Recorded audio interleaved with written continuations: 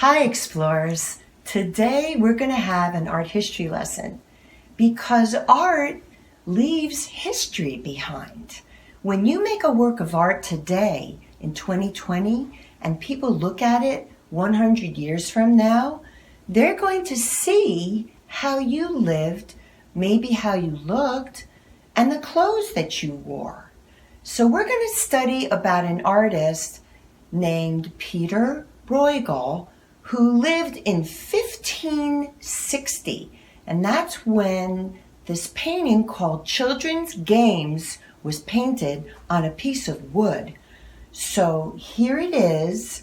You are going to look at it, and I'm going to look at it at the same time in my book. So let's take a look at what's going on in this painting. So if you look at it carefully, there's children in this painting, and they're playing about 80 games. So I want to look around and see if some of these games you may have played. Maybe we're still playing these games today. So in the bottom left corner, there are two girls on the ground, and they seem to be playing jacks, where you throw an object in the air and grab some things off the ground. And I also see in the middle at the bottom, there's a couple of kids playing with hula hoops, only they're using sticks inside of it. And up by the fence, if you look at where the fence is pointy, you'll see a group of girls, and they're in a dress-up pretend wedding. So these are some of the games that were played. And Bruegel also did it in a large landscape. So if we take a look at what he did here, you can see many elements of art. You can see color, line, form, shape, value, and texture, all in the painting. So if you look at the color, let's start with that. I see little bits of red all over this painting. And he balanced the red all over the painting. He didn't just put it in one place. He put it in many places. You can see a boy over by the building wearing red pants. Looks like he's falling off a balance beam. And you can see red in pants at the bottom and in a dress. Line. If you look for the element of line, you can see it in the fence. The fence definitely has line in it. How about even the hula hoop is using a thin line. Shape. So let's go back to that hula hoop. The shape of the hula hoop is a circle.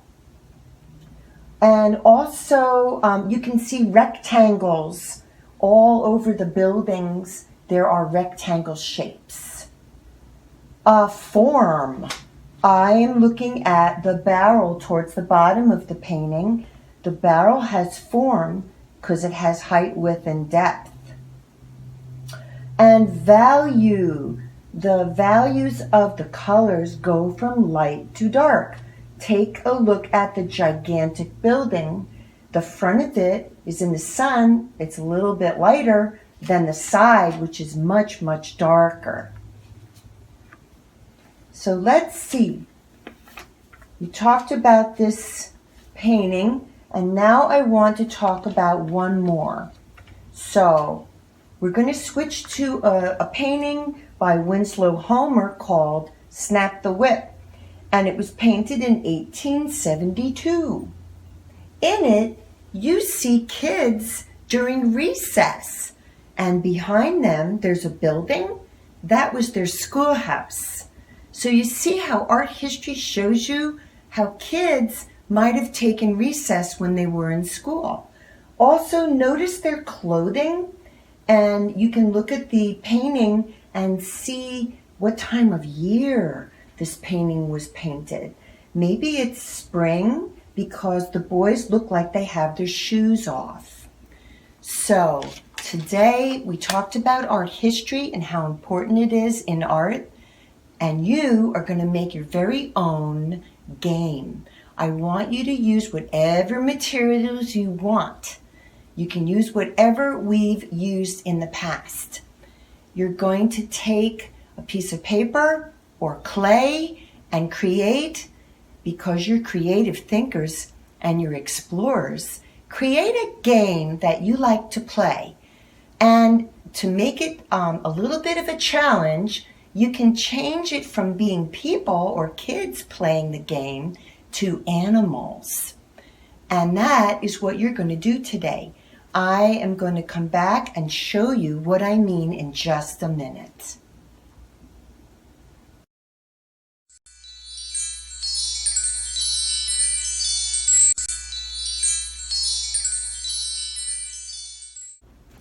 So remember, I showed you this painting by Peter Bruegel the Elder, and in it you saw all of the kids playing games. So I wanted to point out again, in here you can see how people lived long ago, how they dressed and how they played. I want to show you one more work of art. This was done by Winslow Homer, and it's some boys playing a game. It's called Snap the Whip. So the whip in this case are the kids. And I believe you can see which boy is the leader. Which one do you think might be the leader? So I'm looking, and I think it might be this boy right here. He's front and center in this work of art. He's very large. And the person that fell off the side here might be falling off the end of the whip. And back here is how they went to school in rural Massachusetts, which is where Winslow Homer was from, a one-room schoolhouse. Again, if you look at this painting, you can see the time of year that they're playing. Probably it's spring. They all have their shoes off, except for this guy on the end, but they're mainly barefoot. So I'm wondering if this is their kind of recess that they had. So by looking at works of art, we can see exactly how people lived, how they dressed, time of year, and your project for today, since you've come so far through your course, I would like you to use any materials that you like, and you are going to create your own scene of an outdoor game, a game that you enjoy playing with others. You can use your imagination.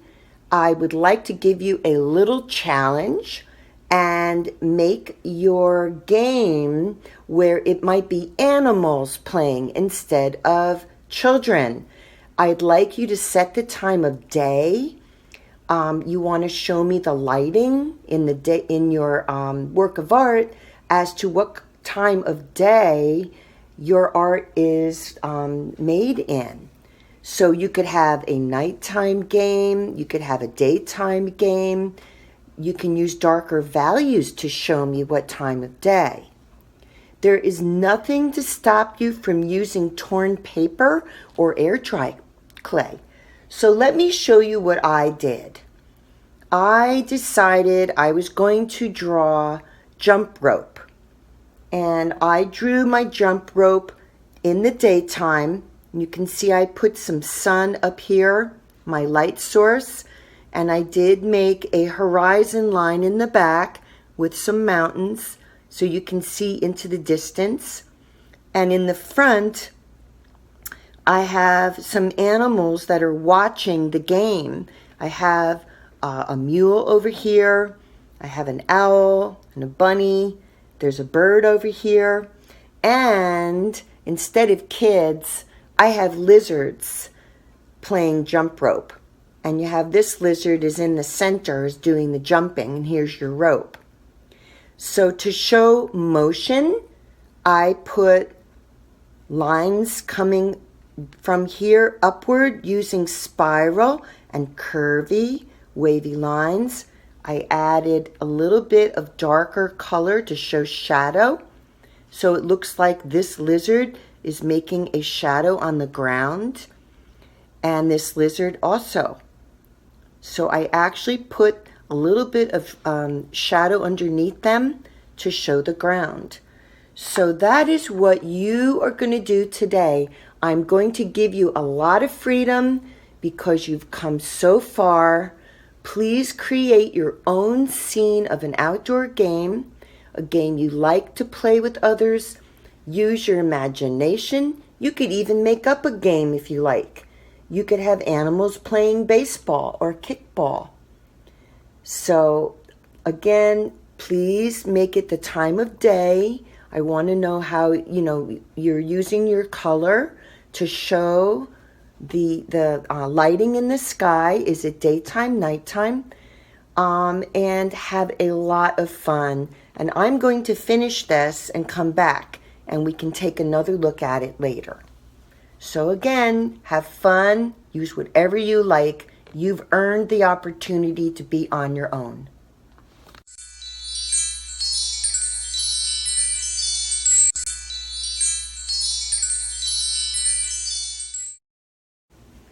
Welcome back, explorers.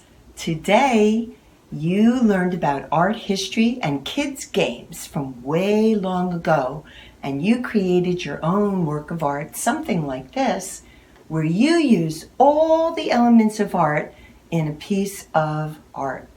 So, I'll be back soon, and we'll have another lesson. Bye-bye.